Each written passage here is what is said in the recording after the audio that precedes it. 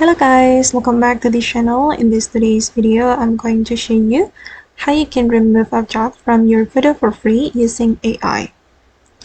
Okay, let's get into it guys. First of all, you can go to your browser and then you have to search for this website, cleanup.pictures. We're going to use this website to remove objects from our photo.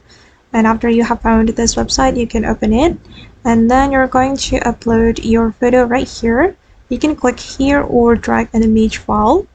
Okay, and I'm going to select image from my device. Wait guys, I'm still looking for the image. Okay, I'm gonna go with this image guys, and for example, I'm going to remove the emoji from this image. I'm going to click on continue. Okay, then you can brush the emoji like this and then click on this eraser.